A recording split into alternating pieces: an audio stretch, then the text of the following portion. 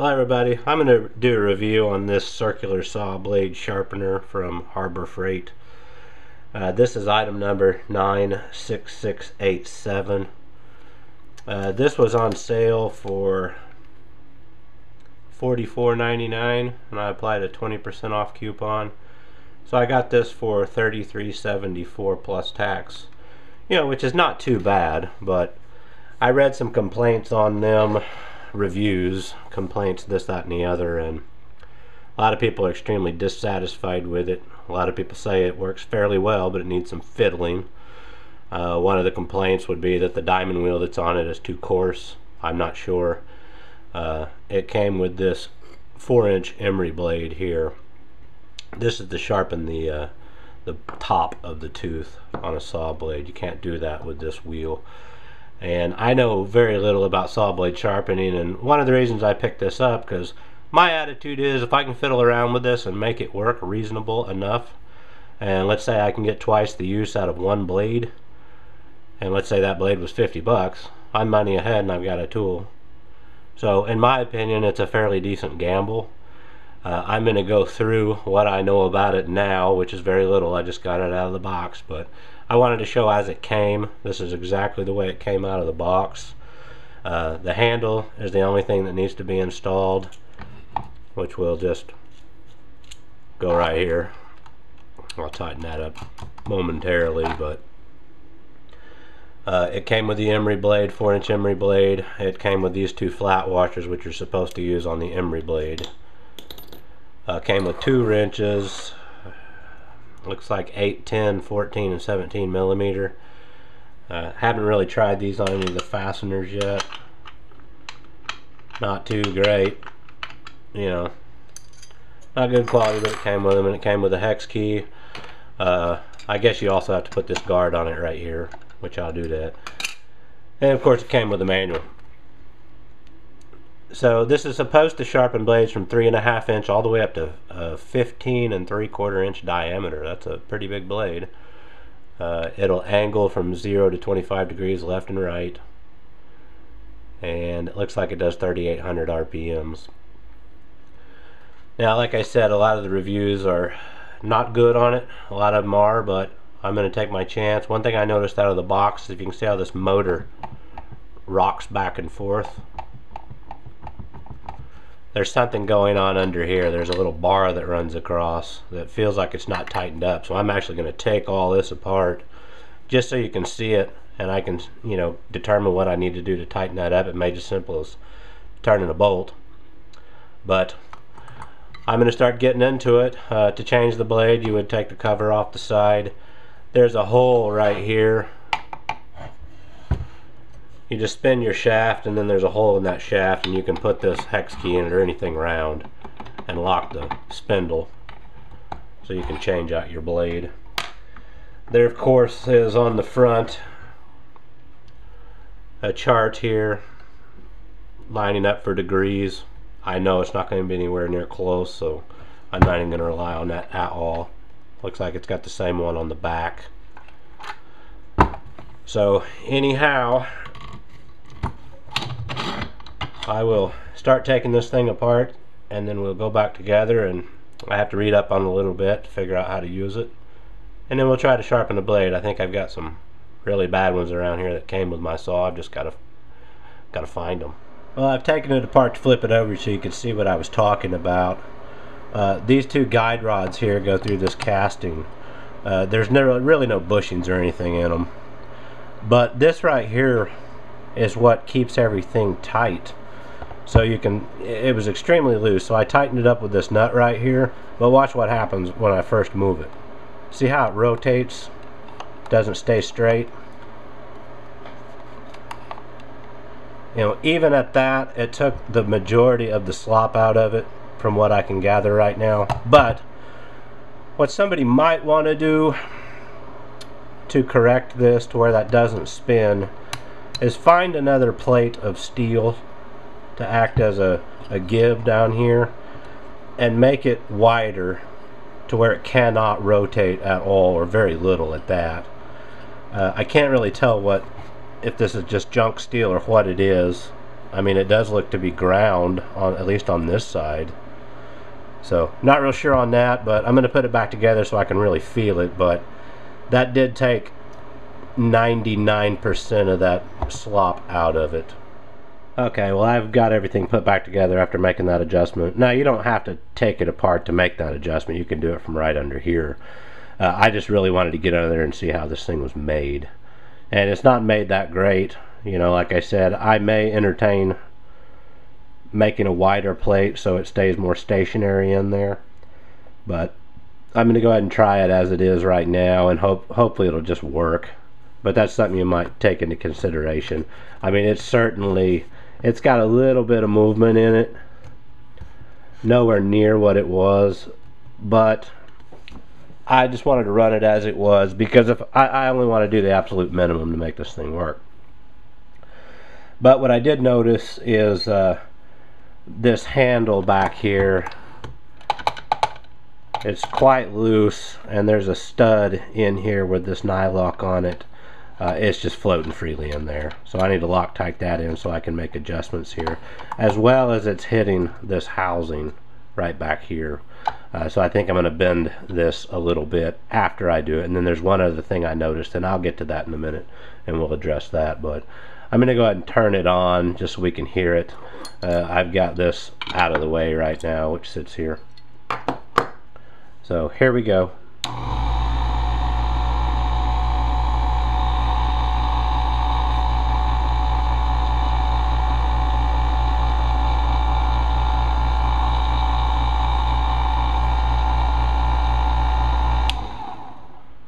It's super quiet. I expected it to be a lot louder than that, but there is some vibration in it. It's not horrible, but it's there. I'm going to go ahead and take the diamond wheel off of it and see if maybe that's just running out. I'll pull this cover off. I'm just going to do this in real time.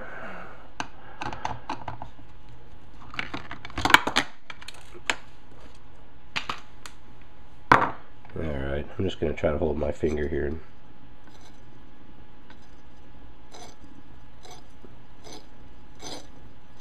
Yeah, there's definitely some run out in this wheel. I don't know if it's related to the shaft or not.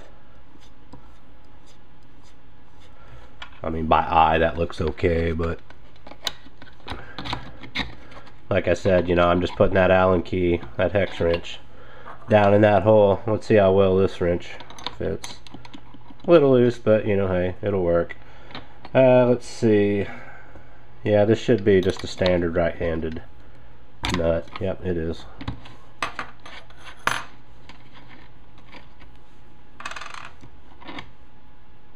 Well, alright. I guess that's why they sent those extra washers. This is actually a nice turned washer right there. You can see how the sticker's not even put on there right. That may be throwing it off just a little bit, but it was still a little out of round. I don't think I'm going to go as crazy as to stick a dial indicator on this. I just wanted to turn it on without the blade on it. Ooh. Always remember to take your wrench out.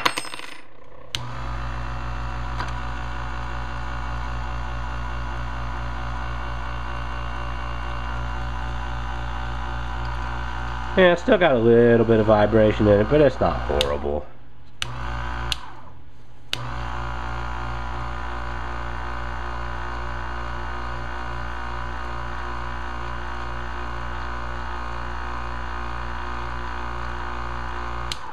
I can feel a little bit of run out back here on this flange, but that's not a surface really to be concerned with. Okay, I'm just going to leave these off for now. I'm going to see if I can give you a shot of what I was speaking of.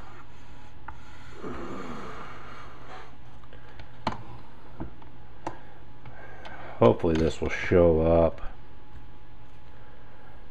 This arm right here that goes down, it's held onto this stud. It's going in there at an angle like this, so it's binding up in there, and you can't see all the play in this handle. You can't really tighten that up because it wants to come straight off of this right here. So I believe what I'm going to do is I'm going to take this nut off. I don't know how easy it'll be to get in there. Well, that stud's coming loose too. I have to Loctite these studs in. So anyway, what I'm getting at is it looks like there's a good 1/8 inch once I get this out here to where it's not being forced over. I wish I could give you a better shot there. I'm sorry I can't. Hopefully you can see right here. So I'm going to put a washer behind this to space this out just a little bit, and that should allow it to be in line with each other, all this bracketry, and then I can take the play out of everything to tighten up this handle. So I'm going to go ahead and do that, and then I'll show you the finished result.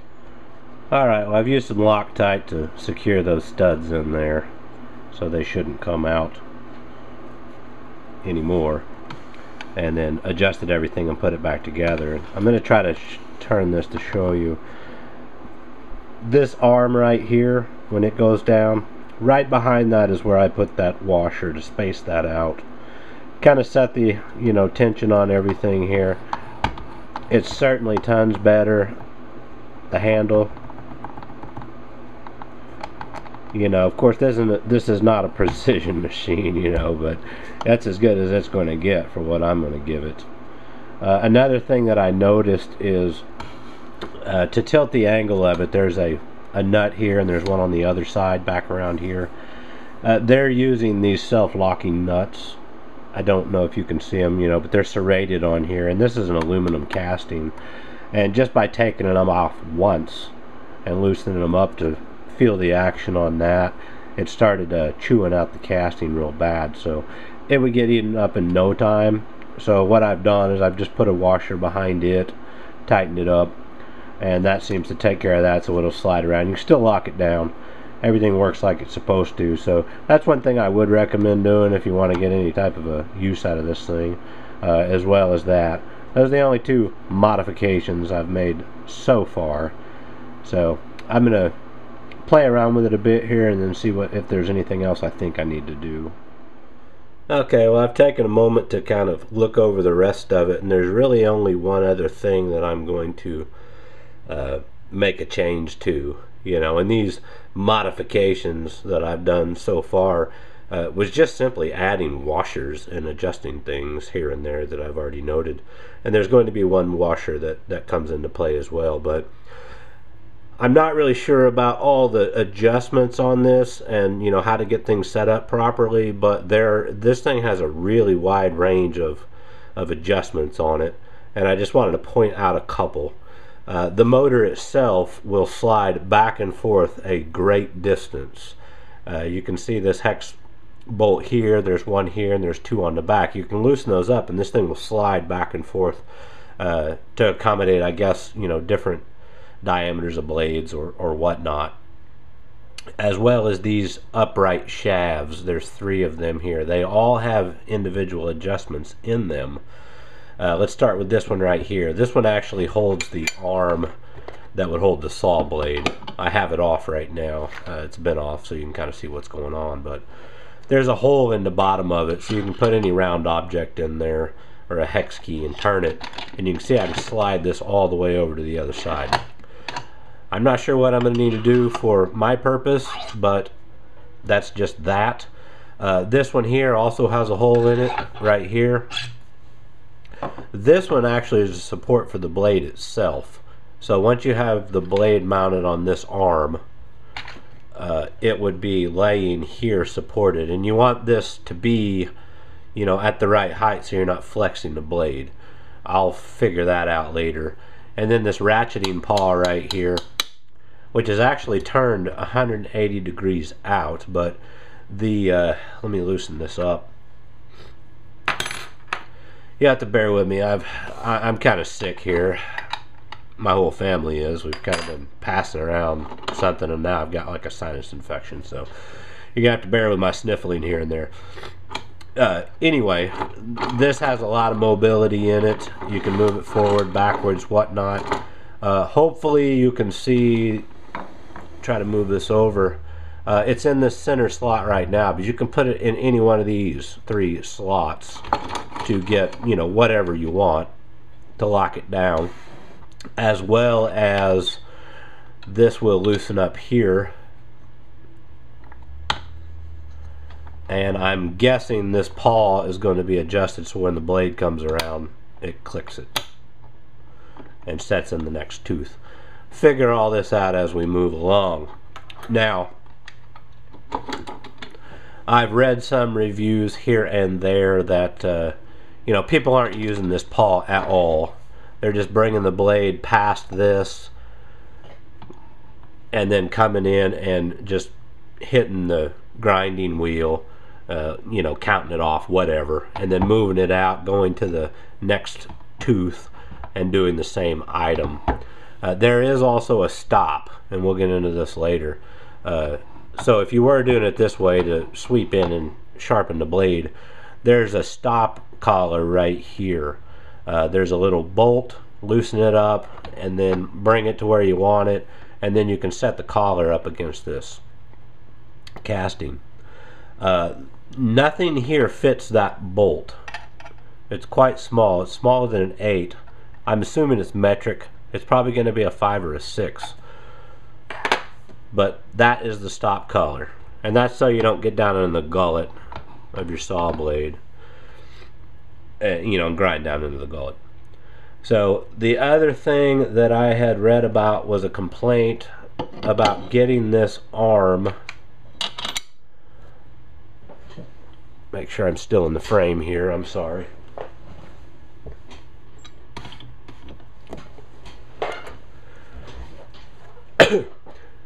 One of the things I'd read about was getting this arm tight enough with the thumb screw that comes with it to where it doesn't move around. Now I can tighten it up by my hand physically, and this gets quite snug, but it is really hard to loosen it off.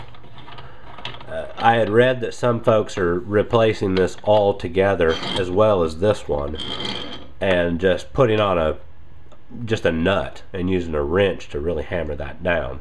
I'm going to try a different approach here. I have a second washer here.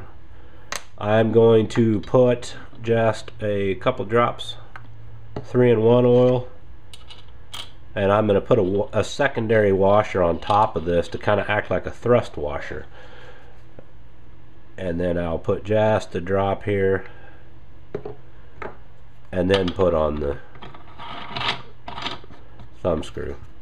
So let's see, you can see I can move this now. I'm going to tighten it up, and it's there. It's not going anywhere, and I can loosen it up no problem. It's snug, it's tight. I mean, it moves a little bit if I'm forcing it, but it's on there, you know. And it's not friendly, but you know, I think that'll be a better, not a better solution, but a different solution if people wanted to go that direction. While I'm in this area, I hadn't even taken this off yet to see what we're working with here.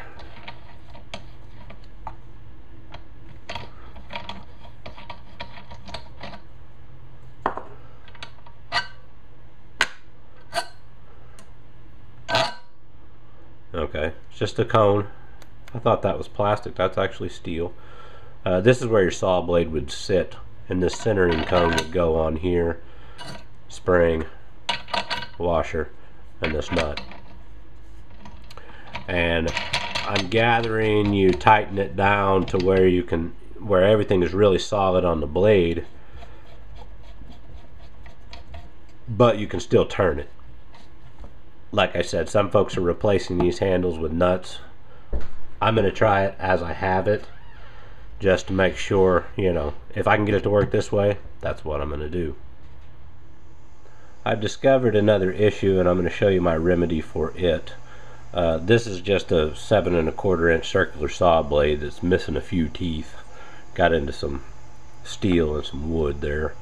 So this is the junk blade I'm going to be playing with. But anyway, you put your blade on to where the teeth are facing as it would cut in a clockwise motion.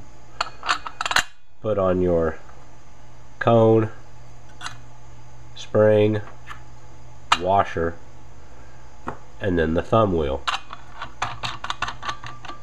And they say not to over tighten this, you just want to tighten it enough to where it's secure, but you can still rotate the blade.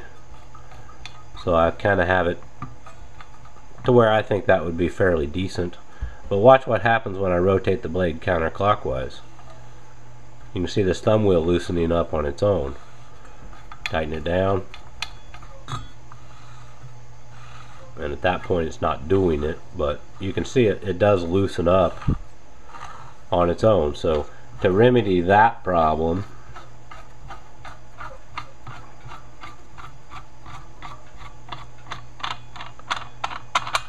I am going to install a nut on here first, and then I will bring it down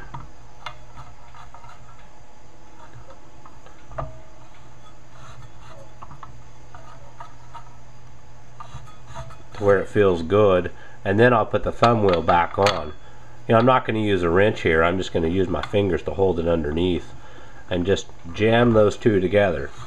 So now you can see no matter how many times I turn this in either direction, you know, it will not change the tension that I have on there. So that's another idea there to get around that. I'm just now getting to the point where I'm starting to read the manual on how to set all of this up to where I can actually, you know, sharpen this blade. Even though this blade's still sharp, this is the one I'm going to use for now. So I'm going to have to read up on that, and then I'll let you know what I think. Alright, well, I wanted to just take a minute to touch on the saw blade geometry. You know, you really need to look at your blades if you're going to attempt to sharpen them, you know, with something like this. You really need to look at the geometry of the teeth and the way they're ground. If you look at this blade, this particular blade I have in my hand, and we focus on, I know it's hard to see, but this particular tooth right here, it appears it's about 10 degrees this direction, and the next tooth behind it would be 10 degrees the other direction, and they alternate all the way around the blade. Now, by looking at it in this line of sight, it seems like we would need to set the machine up for 10 degrees. Let's say this was 10 degrees. Do every other tooth and grind the face of the tooth, and then alternate it to the other direction and do every other tooth to grind the 10 degrees in the opposite direction. But on the face grinding, the face being this surface right here, you really need to look straight down on the tooth to this plate right here. And these are actually 90 degrees from this plate, each tooth. You know, there are probably blades that may have 5 degrees this way, or 10 degrees, or 5 or 10 this way, you know, alternating back and forth. But this particular blade, the face on every tooth is 90 degrees to this plate. You know, I just wanted to note that, so if you're looking at your blades, you know, like if they were in a saw and you look down across the blade, it does give the illusion that each one is ground on the face, alternating. But I just wanted to make clear here that that is simply not the case. It depends on the blade you have. So, like I said, this particular blade I'm messing with, the blade is ground 90 degrees. The front face is ground 90 degrees to the plate on every tooth. Now I've already ground two teeth on this, and they came out quite well. But I was trying to follow the instructions, getting down on how to set this thing up, and let me tell you, I'm pretty good about deciphering things and figuring things out, but this seems to be a language I am not familiar with. So I'm going to go ahead and show you how I am setting this up for this particular blade I have right here. Now your mileage may vary, you need to do your own experimentation. And I will also add that this is not a multi-$1,000 blade sharpening machine. This is certainly no replacement for professional blade sharpening service. But for somebody like me who spends, you know, like on this blade, You know, it's probably 8 or 9, $10, you know. If I can double the usage out of it and it takes me, you know, 5-10 minutes to sharpen the blade, you know, I'll do that. And that's partly why I purchased this machine. This is not something for everybody, and this is certainly not somebody for the weak at heart. You know, you have to fiddle with this machine, and I've been fiddling with it, but I'm just going to show you what I know. So let me get set up for that, and I'll show you how I've adjusted it for this particular blade. Alright, well, we're getting ready to sharpen the blade that I have, and I'm going to go over everything that I have loose right now. I have this particular thumb wheel loose where this can pivot about. I have this loose over here, the paw, as well as its rotation from that screw right there. I have the stop collar loose, as well as this particular blade support right here. It is loose. Now there is a jam nut or a nut underneath this. You may not be able to see it, but it is there. So I've loosened it up and kind of just run this down just like that. So the first thing I'm going to do is mount the blade.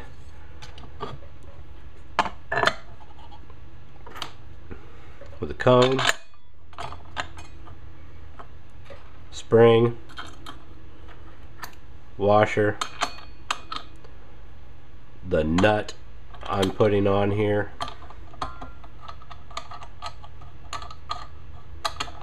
and like I said, I'm wheeling this down with my hand until I feel like it's pretty solid, but yet I can still rotate it, and that feels pretty good. And then, like I said, I'm holding that nut and I'm putting the thumb wheel on. I'm going to jam these two together. So now this spins, but that stays put. Alright, so the next thing that I'm doing here is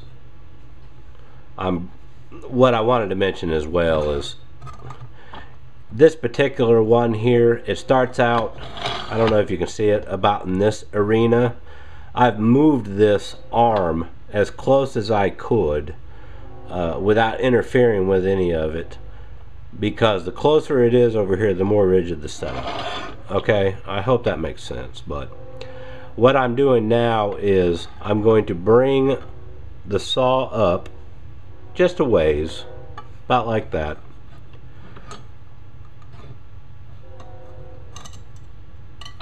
and what I'm doing is sighting in the blade to this particular tooth.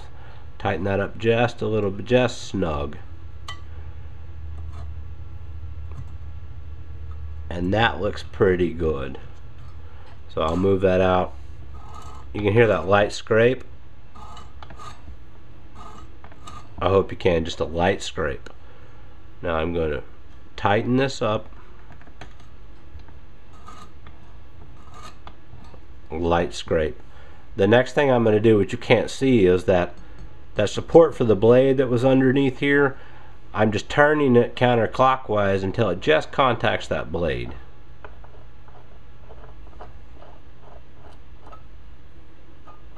And I just contacted it. Now I'm going to take my wrench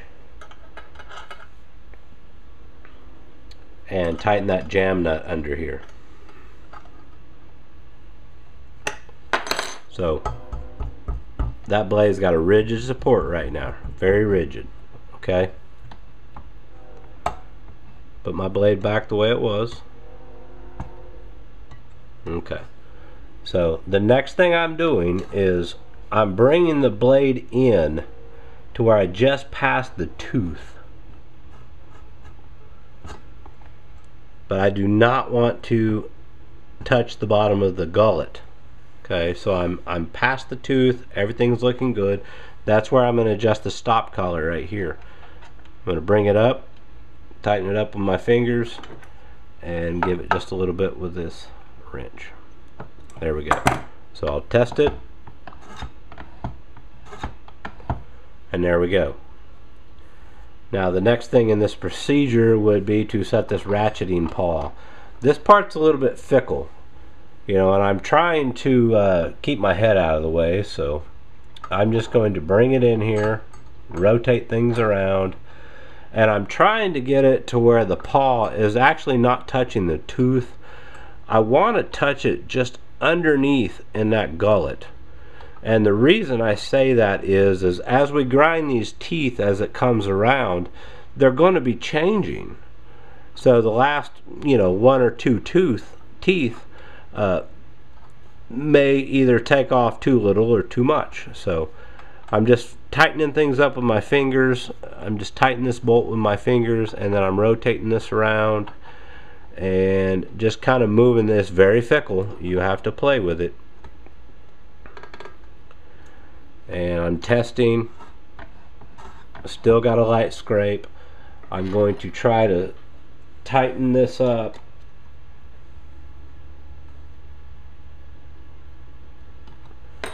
You know, and things want to move.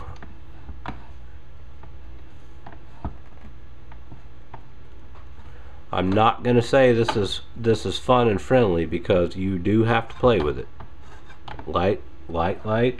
Everything's looking good. Try to tighten this up.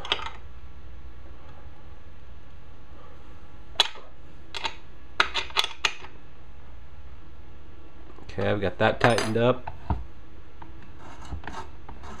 Here I'm lightly scratching. I'm going to go over a tooth. I'm just testing. Light scratch. Light scratch. Light scratch. So as far as I'm concerned, everything is looking good right now. But what I want to talk about is the angle of this motor, because it does shift up and down. And they talk in the manual something about leveling the motor, etc., etc. But I want to make sure that you're aware of, you want to be at a particular angle. On this particular blade, it's 90 degrees. I want to be 90 degrees from this plate right here. Not the base, not anything else, but the blade. I want the cutting wheel to be 90 degrees to this blade. So the way I've done that is line of sight. I've used a very small square and set it on the blade after I got it tightened up, and I'm looking down through here, and I adjusted this angle to 90 degrees. Now if you're doing 5 or 10 degrees or whatever for an offset blade, this, that, and the other, you're gonna have to come up with your own system. You know, it's very tight in here. Even if you take the outer guard off, whatnot, you can't really get in there with a protractor to set it proper. You know, you can rely, if you wish, on the degree chart on the casting, but personally I would not. So that's my 2 cents on that. Now obviously I do not have the guard on here, and I don't have it on there so you can really see what's going on. But at this point in time, we have everything tightened up, locked down, everything's looking good. I've verified that when I bring it in dry, I'm not touching the gullet in any way. So this particular blade, since it's 90 degrees, I'm going to do every tooth. So I'm just making a mark on the tooth I start with. You can use a Sharpie, I'm just using a pencil, whatever. So I'm going to turn it on, and we're going to grind around this. And I think this is about a 24 tooth blade, so just see how it works. Here we go.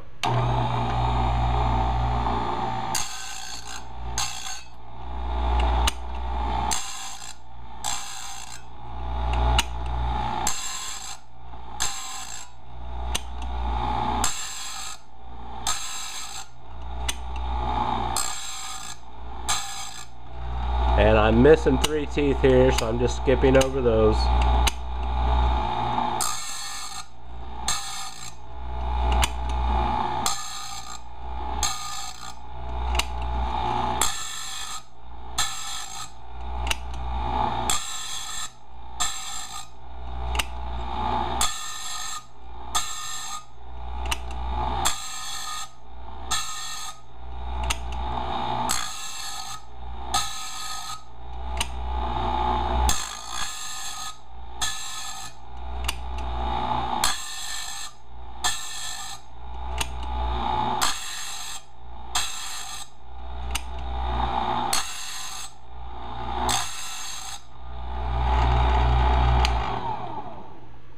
and that's it.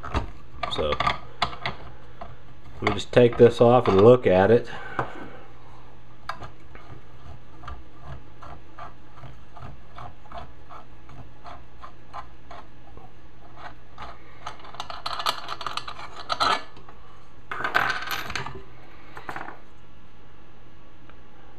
Well, I don't know if you can see on the camera. Man, these things are sharp. I can't discount that. Occasionally it looks like I've still got, you know, like I didn't get a total face grind. There's a little bit on the bottom of this tooth. But these may not have been perfect from the factory either. Like I said, you know, this is an $8, $9, $10 blade. I'm missing 3 there. And it looks like I got a full grind on all of them so far, maybe except one. This one right here. But let me tell you, those that's sharp. Wow. And I did not, you know, top grind these, and I don't plan on doing that anyway. You know, if you guys want to experiment using the emery wheel, you're on your own. On this particular junk blade here, you know, that's just what I wanted to. Oh wow, you know, I'm really impressed with that at this point. So, you know, on a $10 blade, if I can make this last twice and then get another one, you know, do your own math. But like I said, you know, this is not a replacement for a professional blade sharpening service. You know, they would probably do a heck of a lot better of a job. However, for the weekend warrior or the, you know, wood enthusiast or whatnot, you know, this is something you might entertain. It is fickle. I'm not going to deny that.